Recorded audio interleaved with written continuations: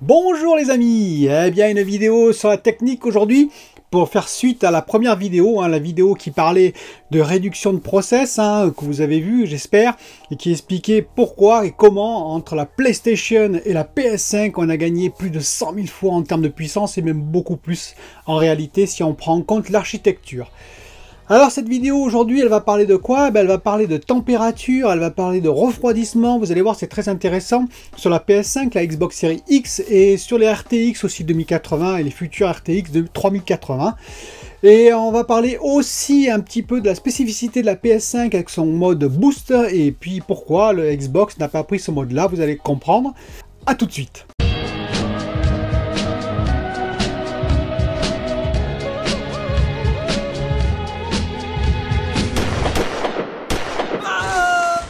Alors avant de poursuivre sur la température, je vous rappelle un petit peu les conditions. J'avais parlé de la PlayStation jusqu'à la PS5. On avait vu que ça faisait plus de 100 000 fois en gain, sans compter l'architecture, peut-être même plus, puisque voilà, il y a un de mes abonnés qui m'a dit attention, c'est peut-être même moins que 0,1 gigaflop en termes de puissance pour la PlayStation. Bref. Beaucoup plus, voilà, on peut dire que c'est peut-être 1 million de fois la PlayStation, la PS5 en équivalence. Ok, mais ceci dit, ça a un coût. Le coût, c'est quoi? Le coût, c'est effectivement la puissance utilisée et la puissance dégagée en chaleur, c'est-à-dire qu'on est passé grosso modo de 5 watts à, on va dire, allez, 200 watts, j'augmente un petit peu, on va dire 200 watts en mode boosté pour la PS5, pour l'APU en fait, de la PS5. C'est-à-dire qu'on a, on va dire, augmenté la puissance consommée de 40 fois. Donc, théoriquement, beaucoup plus de chaleur. Et ça, c'est important de le comprendre, parce que c'est là que ça va poser problème. Je m'explique, la surface, on va dire, du GPU équivalent, de l'APU équivalent sur la PlayStation à l'époque, était peut-être de 2 cm², c'est-à-dire l'équivalent de ce qu'on va avoir sur la PS5 aujourd'hui. Il faut dégager 40 fois plus de chaleur sur la même surface. Et oui, parce que c'est un effet de surface, c'est-à-dire qu'à l'époque, on mettait de la pâte thermique, on mettait un radiateur, 5 watts, bon, allez, ça allait marcher bien. Aujourd'hui, c'est 200 watts. Et vous comprendrez qu'une simple pâte thermique sur 2 cm², et puis avec le radiateur dessus, ne suffit plus même ventiler. Il faut donc une autre technique. Et l'autre technique, elle est arrivée grâce à une invention assez géniale qui s'appelle la chambre à vapeur. Et oui, Vapor Chamber. Vous avez entendu parler ça d'ailleurs sur la Xbox Series X. Et oui, la Xbox Series X, où il y a une chambre à vapeur entre on va dire l'APU et le radiateur. Je vais vous expliquer un peu son fonctionnement, mais vous verrez, il y a plein de choses intéressantes avec cette invention. Mais on sait également qu'elle est sur la PS5, en tout cas probablement, parce que sur le kit de développement de la PS5, il y en avait une, et oui, qui couvrait l'ensemble d'ailleurs de l'APU, mais également du super SSD, qui doit chauffer aussi. C'est-à-dire qu'on avait une immense chambre à vapeur. Il y en a d'ailleurs sur la RTX 3080, soyez-en sûrs qu'il y en aura. La 2080, je pense qu'il y en a. Il y en a même actuellement qui vont être installés, il faut le savoir, sur les nouveaux Samsung, probablement les iPhones sans doute dans le futur. C'est-à-dire tout ce qui, on va dire, il y a des processeurs qui vont commencer à consommer beaucoup, on met des chambres à vapeur. Alors pourquoi on ne les met pas sur tous les objets? Parce que ça coûte quand même un peu cher à fabriquer, vous allez comprendre pourquoi. Bon, c'est pas une fortune, mais quand même ça coûte plus cher qu'un simple radiateur avec de la pâte thermique par exemple. Il faut préciser aussi, entre parenthèses, que non seulement il y a un petit problème de surface, donc je vous expliquais les 2 cm², donc ça c'est pas suffisant pour dissiper, même avec un radiateur, les 200 watts en question, mais qu'en plus on appelle ça des hotspots, c'est-à-dire que c'est pas toute la puce qui va travailler en même temps, il va y avoir des points chauds, c'est-à-dire des groupes de transistors, par exemple 1 ou 2 millions de transistors à un endroit, ou 10 millions à un autre endroit. Le ray tracing, par exemple pour la Xbox, mais aussi pour la PlayStation, qui à un moment donné vont s'activer et vont travailler énormément, et ce point va augmenter énormément en termes de température. C'est-à-dire qu'on va avoir un point chaud, un point plus chaud qu'ailleurs, et ça, c'est très difficile à dissiper, parce que c'est très localisé. Donc il faut un système en plus qui permette, on va dire, de dissiper des points très précis sur la puce rapidement. Alors la chambre à vapeur, c'est quoi? C'est tiré d'ailleurs des caloducs. C'est un système très simple, en fait, où vous allez avoir une surface en cuivre qui va couvrir votre puce, et qui va être entre la puce et votre radiateur, qui est toujours présent, qui est toujours très utile, j'en parlerai aussi, mais cette surface en cuivre, elle est creuse, c'est-à-dire, voilà, elle est remplie d'eau en particulier, mais pas complètement, je vais vous expliquer pourquoi, d'eau distillée, mais donc, c'est une surface creuse qui fait à peu près 3 mm. Alors comment ça marche? C'est très simple. L'avantage de ce système, c'est que l'eau est beaucoup plus conductrice, entre guillemets, que l'air. Et oui, et que les pattes thermiques en quelque sorte. Pourquoi? Parce qu'elle va absorber beaucoup plus et beaucoup plus rapidement la chaleur dégagée par la puce, même par un hotspot, même par un point, on va dire, précis. Comment? Elle va monter en température, se transformer en vapeur. Donc la vapeur va monter et sur la surface froide, c'est-à-dire la surface où il y a le radiateur, elle va se retransformer en eau, hein, donc en eau liquide, et elle va aller sur les bords revenir en bas. Et ainsi vous allez avoir un effet circulatoire sur toute la surface de votre chambre à vapeur. Donc un transfert très rapide qui va être beaucoup plus efficace qu'une simple pâte thermique et un radiateur. C'est-à-dire qu'il y a beaucoup moins de résistance et surtout que ça va absorber les calories. En fait, ce qu'il faut, c'est absorber au maximum les calories, c'est les attraper en quelque sorte pour les rejeter vers le radiateur, qui en plus, lui, va avoir de l'air pulsé par les ventilateurs que vous connaissez. On estime même que certains caloducs peuvent enlever jusqu'à 3700 Wh par centimètre carré. C'est juste énorme. 3700, 3,7 kW, vous imaginez, c'est l'équivalent d'un radiateur. Et ils arrivent à absorber toute l'énergie du radiateur pour la propulser de l'autre côté, pour l'extraire. Alors ce n'est pas le système qu'il y a dans la Xbox Series X et la PS5 bien entendu, hein, mais ils vont enlever plusieurs dizaines de, on va dire même plusieurs centaines peut-être de watts. C'est le but, hein, les 200 watts en question par heure, pour les envoyer vers le radiateur qui va évacuer cette masse thermique par une surface. Donc c'est pour ça qu'il y a des ailettes, hein, généralement, une surface augmentée et où il y a de l'air pulsé qui va passer à travers les ailettes du radiateur. Donc ça c'est bien beau tout ça, mais il y a un petit problème. Le premier problème, c'est que vous allez me dire, c'est que l'eau, ça bout à 100 degrés. Et oui. Et donc, si vous avez suivi une autre de mes vidéos techniques, hein, qui expliquait par exemple l'HTOL, le Height Temperature Operating Life, à 125 degrés, on fait des tests qui vont simuler 10 000 ou 20 000 heures de vie du produit en seulement 1000 heures. Et oui, plus la température augmente, plus la durée de vie du produit diminue. Et donc, si on attend 100 degrés pour refroidir les parties qui sont les hotspots de la puce, ou la puce en général, vous imaginez bien que la durée de vie de la puce risque d'en être affectée. Mais il y a une petite astuce, vous pensez bien. C'est-à-dire que l'eau, elle bout à 100 degrés au niveau de la mer, vous le savez. Hein. Donc à un bar, elle bout à 100 degrés. Si vous montez, par exemple, au Mont Blanc, donc on va dire à 4800 et des poussières mètres, l'eau, elle va bouillir à 80 degrés. Et oui, parce qu'on n'est plus qu'à 0,5 bar à 4800 mètres. Si on va sur l'Himalaya, on va monter un petit peu plus haut que l'Himalaya, on va aller à 10 000 mètres, hein, ça m'arrange.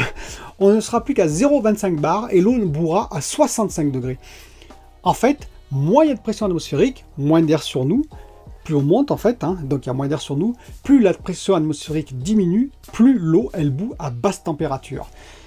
C'est tout simple, c'est-à-dire que si on baisse encore, l'eau va bouillir à 25 degrés par exemple. C'est-à-dire que vous mettez une cloche, c'est des expériences qui sont faites, hein, vous mettez un bol, vous mettez une cloche, vous aspirez l'air, donc vous enlevez l'air de l'intérieur de la cloche, et l'eau d'un seul coup va frémir, et elle va bouillir à 25 degrés à la température de la pièce, hein, et elle va se transformer en vapeur. Si vous enlevez d'un seul coup la cloche et que vous plongez la main dans le bol, vous ne vous brûlerez pas, elle est à 25 degrés. Ainsi, sur Mars, on est à 10 millibars, ouais, 10 millibars, hein, donc 100 fois moins que la pression atmosphérique terrestre. Eh bien, il faut savoir que, voilà, l'eau, il n'y en a quasiment pas d'eau liquide. Vous voyez, sur le graphe, on le voit ici, hein, sur le graphe, c'est-à-dire que ça va passer directement, quasiment, de l'état de glace, de l'état solide, à l'état gazeux. Alors, tout ça pour dire quoi? Vous avez bien compris. Dans notre chambre à vapeur, qu'est-ce qu'on va faire? On va la remplir d'eau à la fabrication, hein, d'accord?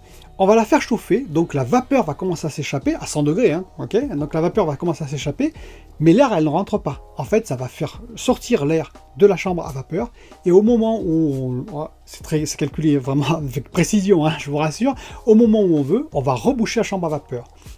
Ainsi, on aura une quantité d'eau voulue dans la chambre à vapeur, et surtout, on n'aura pas du vide, mais on va dire beaucoup moins de pression atmosphérique. Ça veut dire quoi? Ça veut dire que, au lieu de bouillir à 100 degrés, l'eau, elle bouillera peut-être à 50 degrés. C'est-à-dire qu'on aura de la vapeur à 50 degrés. Et oui, on va dire le fonctionnement normal d'un GPU, 50 degrés, 60 degrés, quoi. Et donc, quand il va arriver à 50 degrés, le système de refroidissement va s'enclencher. C'est un système en plus qui est peu coûteux, entre guillemets, par rapport à, on va dire, à une pompe à vide où il faudrait faire du vide, ce serait compliqué. Donc, alors, je ne prétends pas que c'est ce qu'ils font, hein, mais c'est en tout cas un des systèmes les plus faciles à faire, à mettre en œuvre pour des chambres à vapeur. Donc ça c'est le premier point. Donc effectivement, on va pas attendre 100 degrés, que la puce soit à 100 degrés, le GPU, hein, pour déclencher ce système. Il va se déclencher à 50, à 40, à 30 degrés, là où on veut mettre le curseur. Le deuxième point que vous allez me dire, c'est oui, mais c'est bien beau, mais la PS5 par exemple, elle est couchée ou elle est debout. Et la Xbox, eh ben, sa chambre à vapeur, elle est verticale. Comment ça peut marcher? L'eau, elle va être tout en bas, alors que le GPU est d'un côté, la PU est d'un côté, et de l'autre côté, le radiateur. Eh bien là, c'est l'effet capillaire qui intervient, oui, décidément. Hein. C'est-à-dire que dans un espace très très réduit, avec les tensions superficielles, on va dire, de l'eau en plus, hein, bon, c'est de la physique, si on a des rainures, des surfaces particulières, là en l'occurrence c'est souvent des micro-frités, hein, donc voilà, c'est comme des petites billes extrêmement petites qu'on met sur toute la surface, eh bien l'eau, elle va toujours remonter. Donc il y a la vapeur, elle peut descendre la vapeur, parce que bon, la vapeur, il n'y aura pas de problème, la gravité, de toute façon, que ce soit dans un sens ou dans l'autre, la vapeur, elle va monter ou va descendre, hein, elle descend la vapeur, arriver en bas, si le radiateur est en bas, hein, si vous mettez la console à l'envers par exemple, arriver en bas, eh bien, ça va se transformer en eau, et grâce au système, enfin, l'effet capillaire, eh bien, ça va être supérieur, oui, à l'effet de la gravité de la Terre, et l'eau va remonter par ces petits microbilles, hein, par des effets moléculaires, pour à nouveau arriver sur la surface chaude, et se retransformer en vapeur. Un autre exemple tout simple, pour le comprendre, une éponge. Une éponge, il n'y a pas d'effet mécanique. Vous avez une surface d'eau, vous posez l'éponge sur la surface d'eau, l'eau, elle monte malgré la gravité dans l'éponge. C'est l'effet capillaire. Voilà, ça marche comme ça, c'est-à-dire que grâce à des systèmes, à une attirance, on va dire moléculaire, si on est dans des espaces très très fins, eh bien, hop, ça va remonter malgré la gravité. Et donc, vous pouvez mettre effectivement votre console couchée ou votre console debout, ça aura strictement aucun effet sur le refroidissement.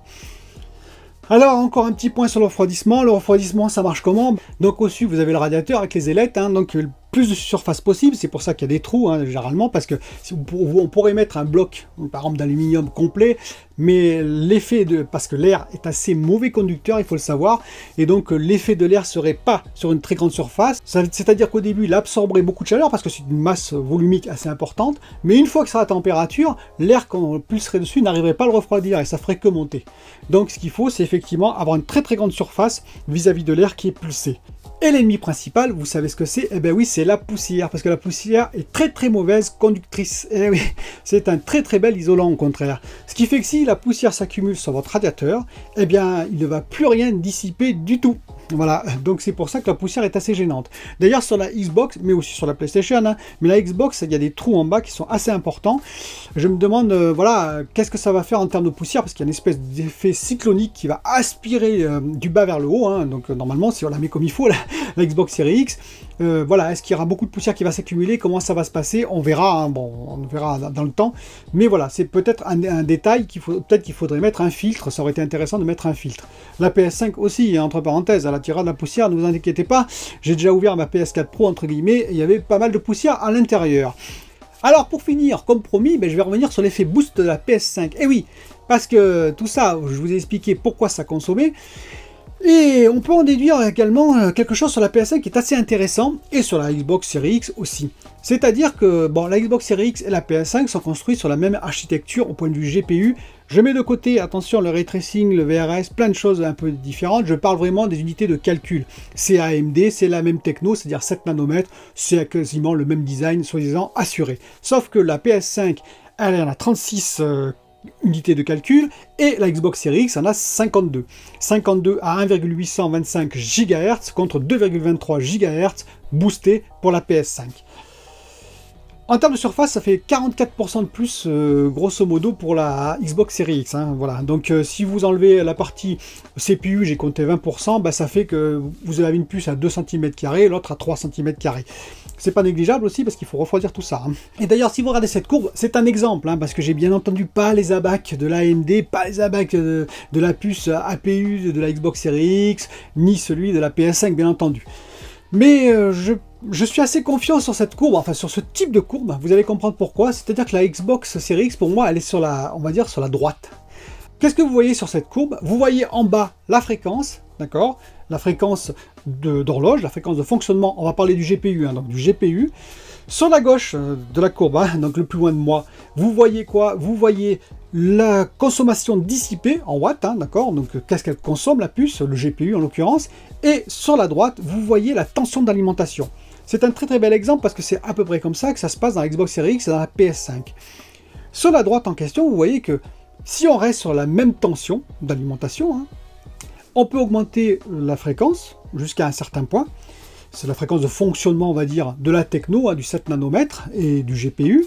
Et ça n'a pas beaucoup d'incidence sur la, on va dire, sur la consommation en watts. Donc la Xbox Series X, ils se sont mis près de, on va dire, de la courbe qui monte, hein, on va dire, au maximum de la fréquence sur cette droite. Ils ont gardé une petite marge de sécurité, ce qu'on appelle un garde-bande, une marge de sécurité. Et voilà, donc c'est 1,825 GHz. Marc Cerny, lui, il a décidé de faire autrement pour rattraper un petit peu les unités de calcul qui manquent hein, par rapport à la Xbox Series X. Et donc, il a décidé de booster. Donc, lui, il va sur la courbe qui monte, de l'overclocking. Et la courbe qui monte, comment ça marche? Eh bien, c'est très simple. Si vous voulez aller plus loin que ce que permet la techno de base, hein, à 0,7 volts par exemple, eh bien, vous allez devoir augmenter la tension. Et oui, c'est l'histoire des portes, je vous ai raconté, les portes, elles vont bagoter jusqu'à une certaine fréquence, jusqu'à une certaine vitesse, hein, c'est les transistors, jusqu'à une certaine vitesse. Mais à un moment donné, la techno ne permet plus, à une tension donnée, 0,7 volts par exemple, de bagoter plus vite. Elle n'y arrive plus, la porte. Il y a certaines portes qui vont commencer à bloquer. Dans ce cas, vous changez le moteur, ou en fait, vous boostez le moteur. Vous mettez un petit peu plus de tension sur le moteur, à nouveau, elle bagote, la porte. Parce que voilà, vous avez donné un coup de boost. Oui, sauf que vous voyez sur la courbe, ça coûte un peu plus en termes de puissance. Et oui, si vous montez, plus vous montez, c'est exponentiel. Et plus vous allez, on va dire, devoir mettre de la tension pour aller de plus en plus vite. C'est l'overclocking. Hein. Ça a deux petits défauts pour moi. Le premier défaut, c'est que si vous mettez plus de tension, c'est pas hyper bon pour le process. Voilà. Donc le process, il est taillé pour, hein, je vous rassure. Si l'affaire ça, Marc Cerny, si AMD a validé, si TSMC a validé, c'est que tout est dans les clous. Hein. Ils n'ont pas fait n'importe quoi. C'est pas de l'overclocking, de bricolage qu'on fait chez nous sur notre PC à l'époque. Hein, parce que maintenant, en plus, vous pouvez plus le faire non plus. Non, ça a été, voilà, c'est dans des gabarits bien déterminés quand même. Mais bon, vous mettez un peu plus de tension quand même. Le deuxième problème, surtout pour moi, c'est que vous voyez, lorsque vous gagnez 10% par exemple, c'est une échelle, hein, mais 10% en termes de vitesse, de fréquence d'horloge, eh vous allez consommer 30% de plus. Et oui, c'est la surconsommation, c'est la surchauffe qu'on a entendu parler à un moment donné. Alors je voudrais rassurer tous les possesseurs de PS5, moi y compris bien entendu. Hein. Premièrement, bien entendu que ça va être taillé pour, c'est-à-dire grâce à cette chambre à vapeur, on va probablement pouvoir dissiper énormément d'énergie, même en overclocking. Et deuxièmement, l'overclocking, ça ne va pas marcher tout le temps.